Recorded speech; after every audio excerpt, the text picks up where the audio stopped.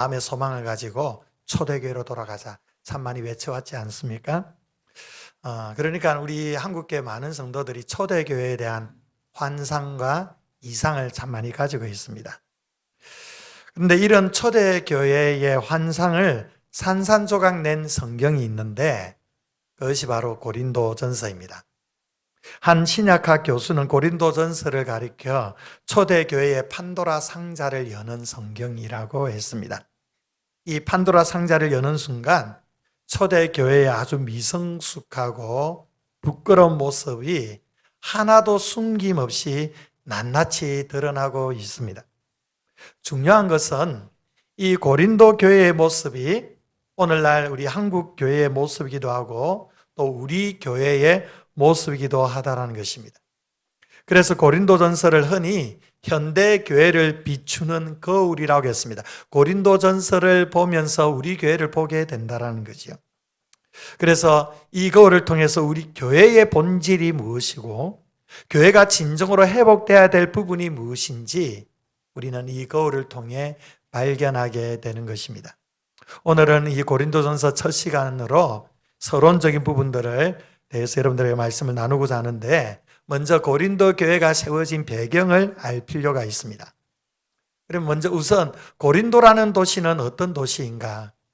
당시에 고린도라는 도시는 지중해의 보석이라고 불려지는 아주 화려한 항구 도시였습니다.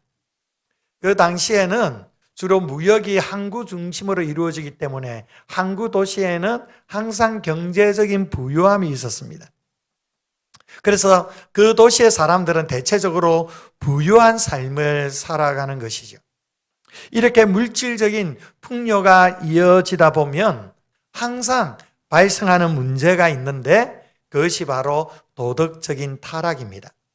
그래서 항구 도시들은 이 당시 항구 도시들은 참 많은 도덕적인 영적인 타락의 모습들을 참 많이 보여주는데 특히 고린도라는 지역이 참 심했음을 봅니다. 이 고린도라는 도시는 아주 음란한 도시였습니다. 그래서 당시에 이런 신조어들이 있었습니다. 고린디아 조마이, 이거는 고린도 사람아 이런 뜻입니다. 고린도 사람처럼 행동한다. 이 뜻이 뭐냐면 음란한 일을 행하다라는 뜻입니다. 고린디아 조마이. 고린디아의 헤타이라이라는 또 말도 있는데 이 고린도의 친구들, 고린도와 똑같은 족속들 뭐 이런 뜻입니다. 좀 비하하는 말이죠. 그리고 고린디아의 코라이라는 말이 있습니다. 이 고린도의 아가씨들을 지칭할 때 고린디아의 코라이. 그런데 이 아가씨들은 그냥 아가씨들이 아니라 매춘부라는 의미로 쓰여집니다. 그래서 사람들을 비하할 때 이 고린도 사람아, 고린도 여자야 이런 식으로 비하를 하는 것이죠. 이 정도로 이 고린도 지역은 음란의 대명사가 되는 그런 지역이었다는 겁니다. 그런데 이 음란의 모든 근거가 어디서부터 발생했느냐 하면 그 지역의 가장 높은 언덕 1600m 높은 언덕에 어마어마한 신전이 세워져 있는데요. 이 신전이 바로 그 유명한 아프로디테 신전입니다. 쉽게 여러분들이 알려면 이 비너스라 이제 비너스 신전. 아프로디테가 비너스입니다. 이 아프로디테 신전 지금 고린도 지역에 그 흔적이 지금 그대로 있죠. 아프로디테 신전 유적지입니다. 그리고 옆에가 아프로디테 비너스 여신입니다.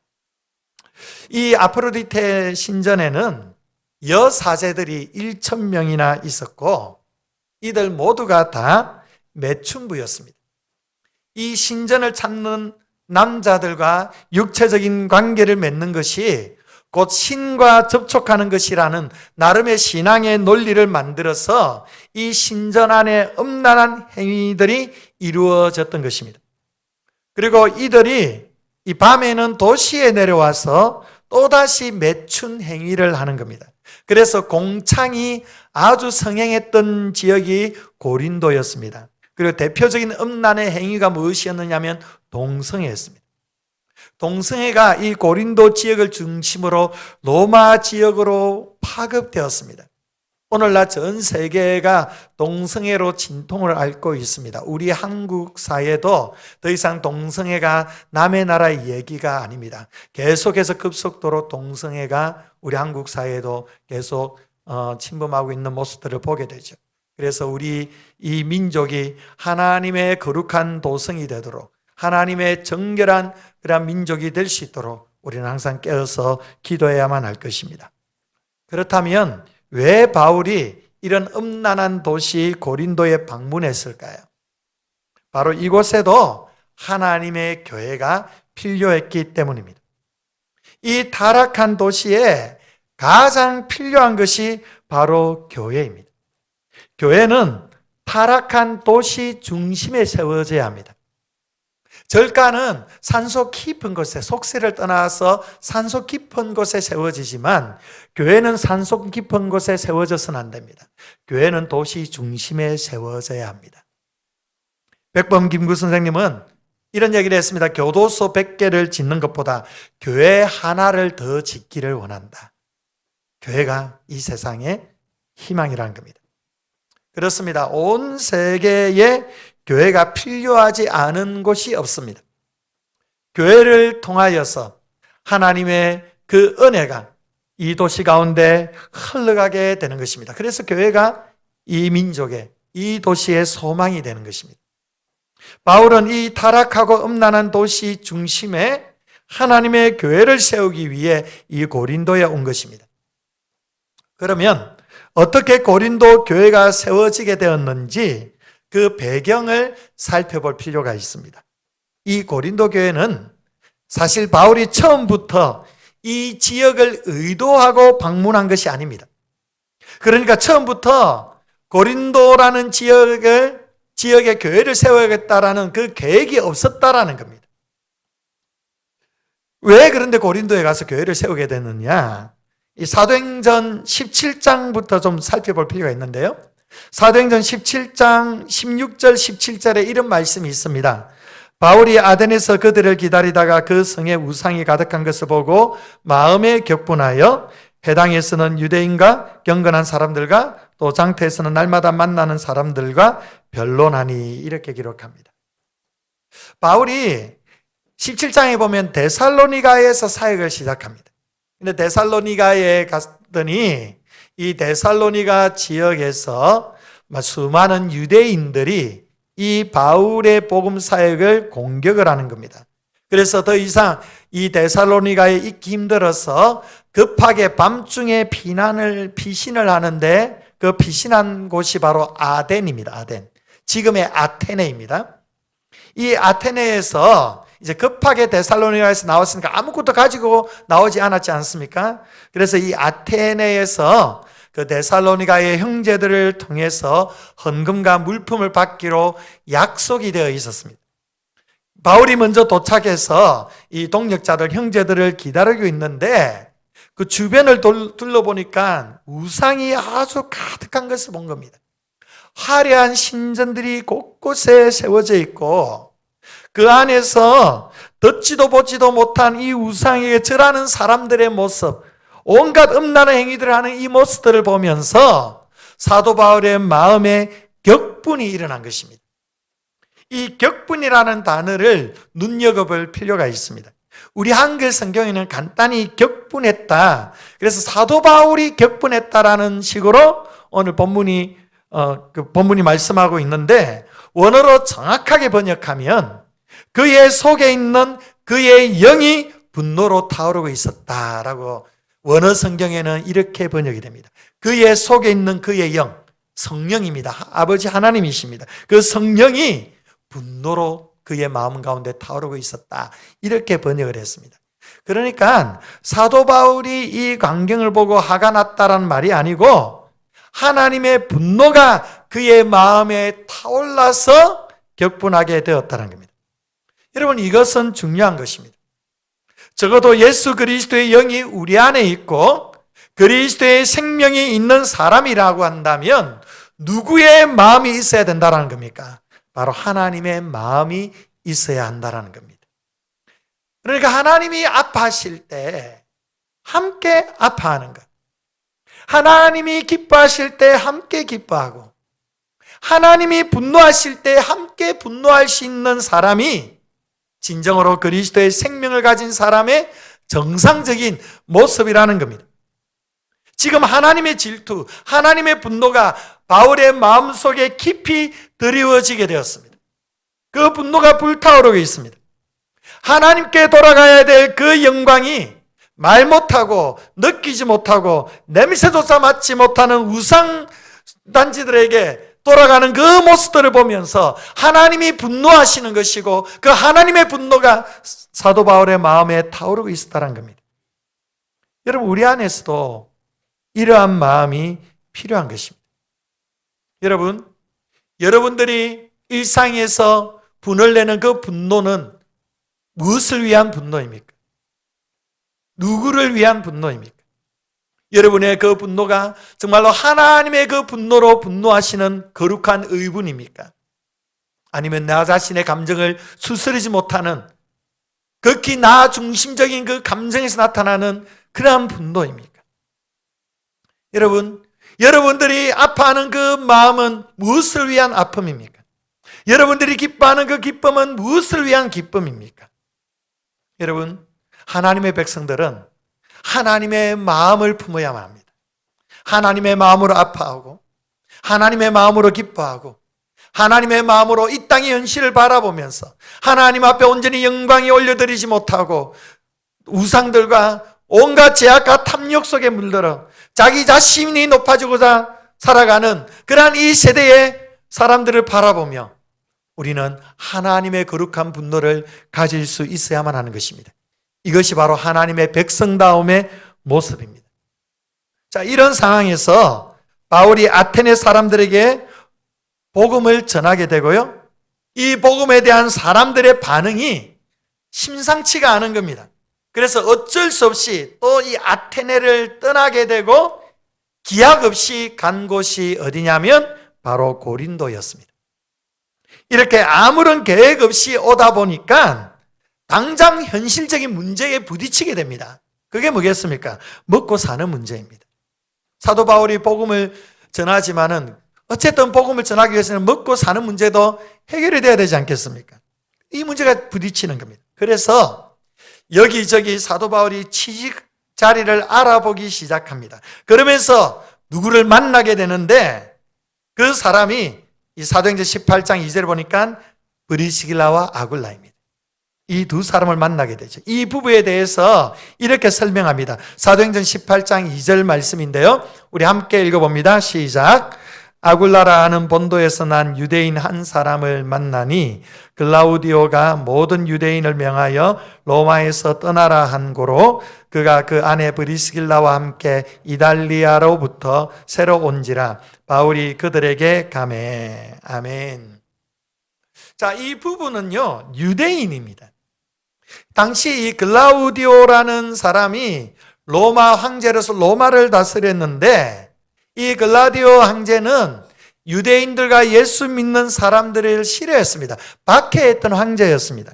그래서 이 황제가 어떤 명령을 내리느냐 하면 로마에 거주하고 있는 모든 유대인들, 특히 예수쟁이들의 재산을 다 몰수하고 다 내쫓아내라는 겁니다. 추방 명령을 내린 겁니다. 이때 쫓겨나서 고린도에까지 오게 된 사람이 바로 아굴라와 브리스길라였다는 겁니다.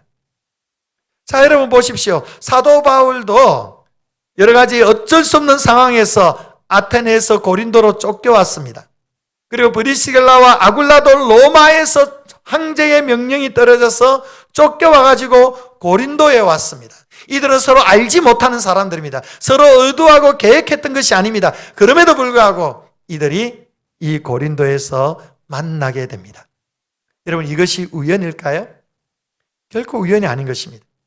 하나님의 섭리인 것입니다. 우리 그리스도인들이 일상의 삶에 살아가는 그 소소한 그 삶의 여러 가지 문제들, 사건들이나 또한 어떠한 만남이나 어떠한 것이든지 거기에는 우연의 모습이 아니라 분명한 하나님의 섭리가 있다는 걸 우리는 기억해야만 합니다. 아주 세밀한 하나님의 계획하신 가운데 이 만남이 이루어지게 되었다는 겁니다. 바울이 이리저리 일자리를 알아보고 있는데 공교롭게도 바울이 가지고 있는 기술이 바로 천막을 짓는 기술이었습니다. 그래서 천막 가게 위주로 일자리를 알아보는 중에 우연찮게 들어간 이 천막 공장의 사장이 바로 아굴라였던 것입니다. 바울이 공장에 들어가 보니까 부부가 열심히 천막을 만들고 있습니다. 아주 바쁘게 만들고 있는 것 같습니다. 그래서 사도 바울이 넌지시 얘기합니다. 내가 천막 만드는 기술이 있는데 나를 좀 채용해 주면 안 되겠습니까? 여기서 좀 생업을 같이 할 수는 없겠습니까? 이 요청에 아굴라가 흔쾌히 받아들이고 사도 바울을 직원으로 채용을 하는 거지. 이렇게 해서 이들이 한 식구가 되고요. 이 아굴라와 브리스길라는 바울을 통해 복음을 듣고 배우고 경험하면서 본격적으로 이곳에서 하나님의 교회가 시작이 되었는데 이 교회가 바로 고린도 교회였다라는 겁니다. 그리고 이때부터 약 1년 8개월, 거의 2년 가까이 사도 바울은 고린도 교회를 개척하고 주의 복음을 전하고 성도들을 하나씩 말씀으로 잘 양육을 하면서 교회가 성장하기 시작합니다. 그리고 교회가 건강하게 세워져 가기 시작합니다. 그러다가 하나님의 특별한 인도하심 가운데 고린도 교회를 다른 지도자 아볼로에게 의탁을 하고 에베소를 향해 떠나가게 됩니다. 그리고 에베소로 가서 열심히 사역을 하는 중에 얼마 있지 않아서 너무도 안타까운 소식이 고린도에서부터 들려왔습니다. 고린도 교회가 아직 개척한 지 얼마 안 된 어린 교회이다 보니까 여러 가지 일들이 교회 안에 벌어지게 됩니다. 교회가 총체적인 위기 가운데 놓여 있게 되는 것입니다. 그래서 안타깝고 그 답답한 마음을 담아서 기록한 편지가 바로 고린도전서이고 또 고린도후서입니다. 자, 그러면 고린도 교회가 당면한 그 현실의 문제가 어떠한 것들이 있을까요? 우리가 이것을 살펴볼 필요가 있습니다. 가장 먼저 고린도 교회가 가지고 있는 문제는 분열과 파당의 문제입니다. 1장에서 4장까지 길게 이 문제를 다루고 있습니다. 고린도 교회에 당면한 문제 중에 가장 심각했던 것이 바로 성도들 안에 서로 분열하고 파당을 지었고 서로 반복을 했다라는 겁니다. 이게 얼마나 심각했는지 모릅니다. 그래서 고린도전서 1장 11절 12절에 사도 바울이 이렇게 편지를 썼습니다. 우리 함께 읽어볼까요? 자, 시작. 내 형제들아, 글로의 지편으로 너희에 대한 말이 내게 들리니 곧 너희 가운데 분쟁이 있다는 것이라. 내가 이것을 말하거니와 너희가 각각 이르되 나는 바울에게, 나는 아볼로에게, 나는 게바에게, 나는 그리스도에게 속한 자라 한다는 것이니. 아멘. 바울이 고린도 교회에 대한 소식이 참 궁금했는데, 좋은 소식이 들려지기를 바랐는데 너무도 안타까운 소식이 들려졌는데, 그게 뭐냐면 분쟁이 있었다는 겁니다. 그 분쟁이 어떤 양상으로 나타나느냐? 나는 바울파다, 나는 아볼로파다, 나는 게바 베드로파다, 나는 그리스도에게 속한 사람이다. 이렇게 사람 지도자 중심으로 서로 파당이 나뉘어지고 분쟁을 한 것입니다. 이 사람 지도자들이 충동한 게 아닙니다. 전혀 사람 지도자들은 문제가 없습니다. 자기들끼리 사람 지도자 중심으로 파를 나누고 분쟁을 했다는 겁니다. 그럼 이 파는 어떤 식으로 형성이 되었을까요? 이 바울은요, 고린도 교회의 설립자입니다. 한마디로 설립 목사, 일대 목사입니다. 오늘날의 교회로 비유하면 이 원로 목사님이라고 할 수 있죠. 원로 목사님. 그러다 보니까 아무래도 바울과 함께 처음 개척해서 교회를 일군 사람들을 중심으로 이렇게 모임이 형성되었지 않았나 생각이 듭니다. 처음에 교회를 세워가면서 정말로 우리가 눈물로, 정말로 갖은 수고로 이 교회를 일구었다. 그러면서 우리가 이 고린도 교회의 설립 멤버다 이러면서 같이 모여진 관계가 이 바울파로 갈 수가 있죠. 또 아볼로파가 있습니다. 아볼로파는 지금 현재 사역하고 있는 2대 목사입니다. 그런데 이 아볼로는 그 바울과 비교했을 때 여러 가지 비교했을 때 차이가 있었습니다. 이 아볼로는 헬라 철학과 수사학에 아주 능한 사람이었습니다. 언변이 뛰어났습니다. 달변가였고 굉장히 논리적이었고 무엇보다도 성경에 능통한 사람이어서 이 아볼로가 가르칠 때에 사람들이 그냥 너무 많이 은혜를 받는 것입니다. 성경의 깊이를 막 체험하게 되는 것이죠. 그래서 이 아볼로를 통해 은혜 받아서 사람들이 몰려오기를 시작합니다. 또 바울은 외모도 사실 볼품이 없었습니다. 머리도 없었고 머리카락도 없었고요. 예, 정말 볼품이 없었는데 키도 작았고, 아볼로는 외모도 참 괜찮았습니다. 거의 저처럼 좀 외모가 괜찮은 사람이 목사님이지 않았나 생각이 듭니다. 그래서 사실은 이제 좀 지성적이고 그리고 조금 젊은 층들 이렇게 형성된 이런 파들이 이 아볼로파이지 않나 생각이 들고요. 이 게바파는 어떻게 형성됐느냐? 사실 게바 베드로는요, 고린도 교회와 아무 상관이 없는 사람입니다. 그러나 베드로 가면은 수사도지 않습니까? 그 자체로 어마어마한 권위를 지니고 있는 그런 지도자이죠. 그런데 이 고린도 교회에 방문했는지 안 했는지 알 길은 없습니다. 그리고 오늘날로 말하면 우리 교회와 전혀 상관이 없는 제3의 아주 탁월하고 영향력이 있는 목사님을 추종했다는 겁니다. 우리 한국 교회에 정말 기라성 같은 정말로 영향력이 있는 그런 목사님들 많지 않습니까? 뭐 분당 우리교회 이찬수 목사님, 사랑의 교회 오정현 목사님, 예, 선한 목자교회 유기서 목사님, 뭐 기타 등등 어마어마한 목사님들 많이 있지 않습니까? 그런데 사실 우리 교회와 우리 성도들 별로 상관이 없습니다. 그러나 인터넷을 통해서 또 이런 매체를 통해서 그분들의 말씀을 들으면서 야, 이분이다. 이분이 더 훨씬 탁월해. 이분이 우리 김성애 목사보다 더 탁월한 목사님이야. 나는 이분 따를래. 이런 식인 거죠. 이런 식으로 베드로파가 형성이 되었다는 것입니다. 특히 베드로는 유대인의 사도였기 때문에 유대인들 중심으로 이 파가 형성이 되지 않았나 그렇게 생각이 됩니다. 그럼 그리스도파는 뭘까요? 그리스도파. 사실 우리 모두는 당연히 어떤 파가 되어야 됩니까? 그리스도파가 되어야 되죠. 그리스도파가 되는 게 당연합니다. 그런데 문제는 뭐냐면 이 또한 분파라는 겁니다. 분파. 그래서 사도 바울이 안타까우면서 그리스도가 언제 나뉘었느냐 이렇게 호소를 하지 않습니까? 호소를 하지 않습니까? 이 사람들은 어떤 사람들이냐? 이쪽도 저쪽도 끼어들기 힘드니까 그러니까 자기들끼리 야, 우리는 그리스도파다라고 해서 생겨난 겁니다. 여러분 정치를 보시면 이 정당에도 계파가 있지 않습니까? 뭐 친문파, 친명파, 뭐 친윤파, 뭐 친한파, 그리고 옛날에 보면 뭐 친박, 뭐 진박, 뭐 파가 있지 않습니까? 정당에는 이 계파가 없을 수가 없습니다. 그런데 어떤 정치인이 이쪽도 저쪽도 아닙니다. 저는 국민만 보고 정치하겠습니다. 국민들만 믿고 달려가겠습니다. 이런 분들이 있습니다. 이런 분들이 뭐냐 하면 사실 그 정당의 왕따들입니다. 왕따들. 예, 이쪽도 낄 수도 없고 저쪽도 낄 수 없고 그래서 저는 국민만 믿고 따라가겠습니다. 뭐 이런 것이죠. 이 그리스도파가 그러한 것입니다.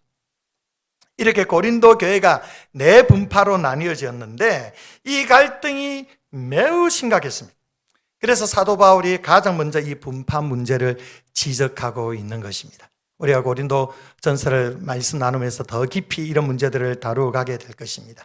또 두 번째 어떤 문제가 있었느냐 하면 고린도 교회가 도덕적으로 굉장히 타락과 음행에 노출되었다는 겁니다.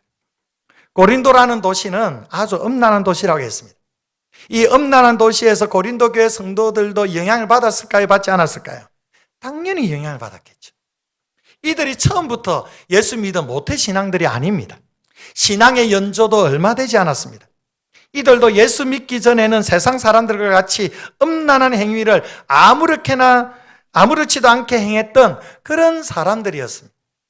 그들도 아프로디테 신전에 가서 여러 가지 음란한 그 행위를 통해 아프로디테 신을 섬겼던 사람들도 있었습니다. 그러다 보니까 처음에 예수 믿고 난 다음에 자신들의 삶의 문제에 대해 회개하고 돌이켰는데 시간이 지나면서 옛 습관들이 그대로 살아나게 된 것입니다. 그래서 어떤 문제까지 발생하느냐?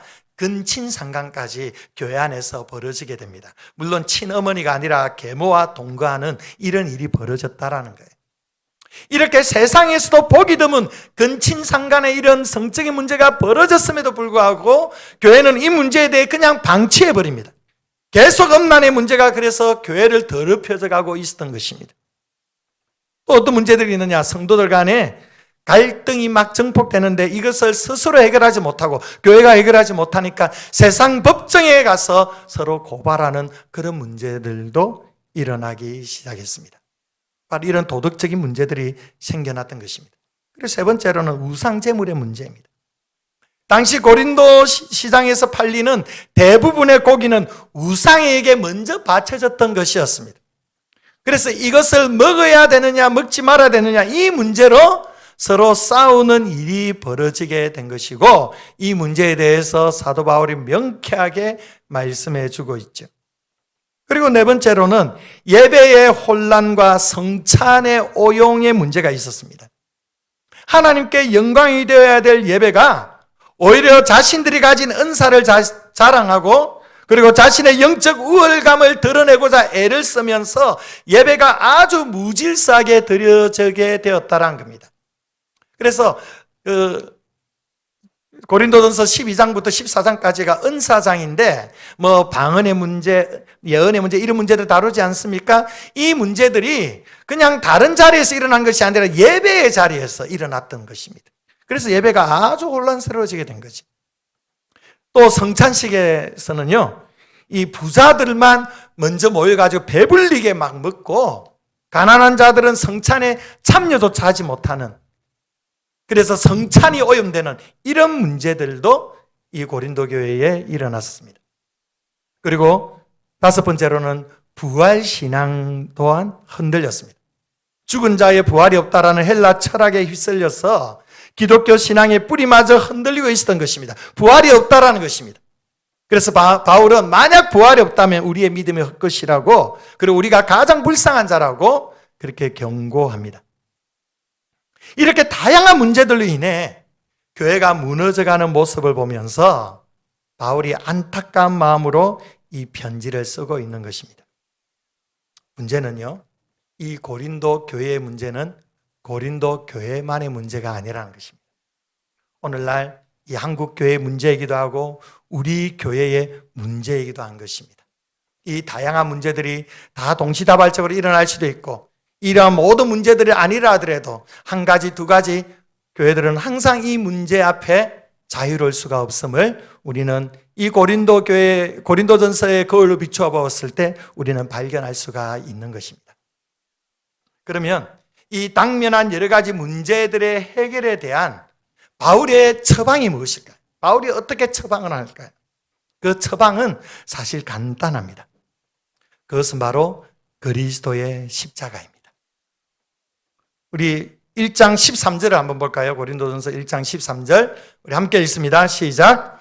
그리스도께서 어찌 난이었느냐? 바울이 너희를 위하여 십자가에 못 박혔으며 바울의 이름으로 너희가 세례를 받았느냐? 여기 보면 십자가가 나오죠?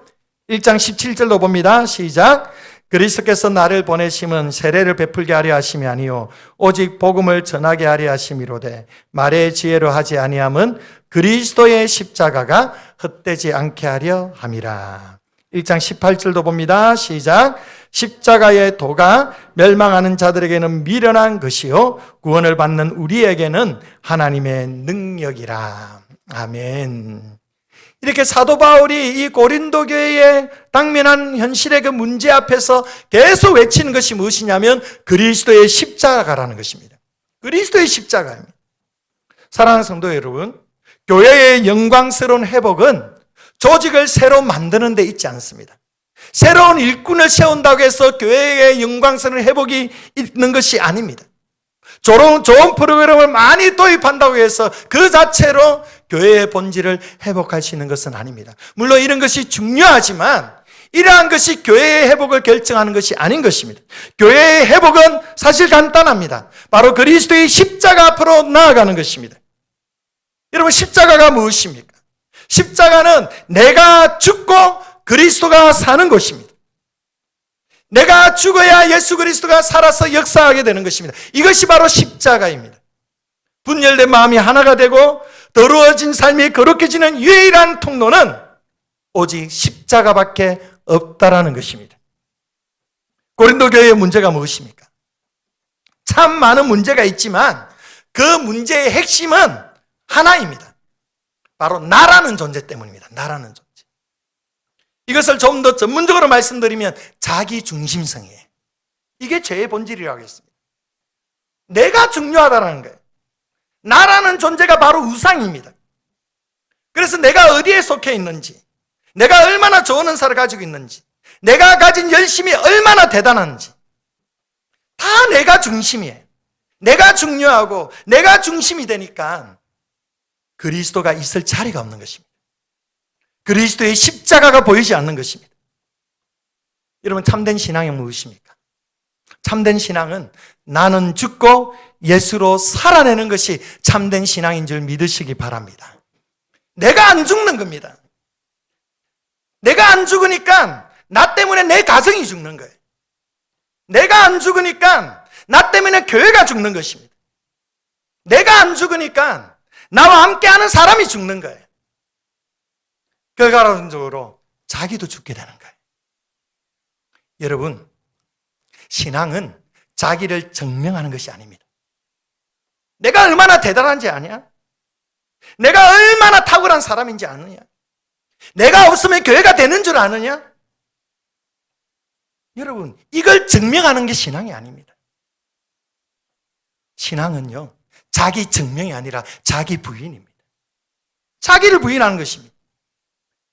자기를 부인한다는 게 무엇입니까? 영어로 delete, 삭제하는 것, 나를 삭제한다는 겁니다. 내가 없다라는 것입니다. 내가 없어져야, 내가 죽어야 예수가 사는 것입니다. 예수가 내 안에 생생하게 살아 역사하면 나도 진정으로 영적으로 살게 되고 교회가 살게 되는 것입니다. 이것을 가리켜 영적 부흥이라고 말하는 것입니다. 고린도 성도들은 자신들이 어느 파에 속하였는지를 가지고 자신이 얼마나 영적인 존재인지를 드러내려고 했습니다. 자신이 가지고 있는 은사가 얼마나 대단한지를 가지고 자신을 대단한 영적인 존재, 신령한 존재로 보았던 것입니다. 이것을 막 자랑했던 것입니다. 내가 대단하다라는 거예요. 여러분, 우리도 그럴 수 있다는 거예요. 내가 누구를 좋아하고, 내가 누구에게 속해 있고, 내가 얼마나 큰 은사를 가지고 있고, 내가 얼마나 하나님 앞에 열심을 가진 사람인지, 이런 것을 가지고 영적인 만족을 느끼려고 합니다. 이런 것으로 나를 신령한 존재로 나를 높이고 있는 거예요. 그러나 이런 것이 참된 영적인 만족을 주지 않습니다. 이러한 것이 우리를 신령한 존재로 만드는 것이 아닙니다. 진정한 영적인 사람이 되고 진정한 영적인 만족을 누리기 위해서는 다른 것이 없습니다. 오직 그리스도의 십자가 앞으로 나아가는 것입니다. 십자가의 도는 멸망하는 자들에게는 미련한 것입니다. 그러나 구원받은 우리에게는 하나님의 능력이 되는 것입니다.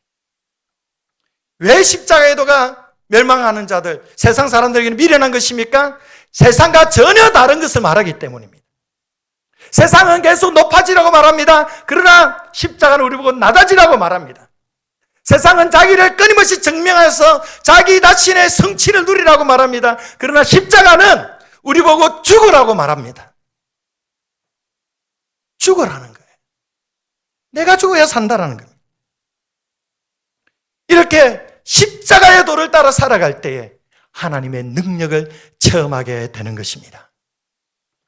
십자가의 복음은요, 세상의 논리로 결코 증명할 수가 없습니다. 오히려 십자가의 복음은 인간의 자랑을 무너뜨립니다. 우리의 자랑이 얼마나 공허한지, 우리 자신을 드러내고자 하는 그러한 모습이 얼마나 공허한지 십자가는 분명히 드러냅니다. 십자가는 오직 하나님의 지혜, 하나님의 능력만이 우리의 삶 가운데 드러나게 되는 것입니다. 여러분, 세상의 논리로 믿음 생활하니까 우리의 신앙이 무너지는 것입니다. 공동체 위기가 생겨지는 것입니다. 여러분, 우리는 십자가 앞으로 돌아가야 합니다. 십자가 정신을 회복해야 합니다. 이것이 진정으로 우리가 사는 길이고 교회가 사는 길입니다.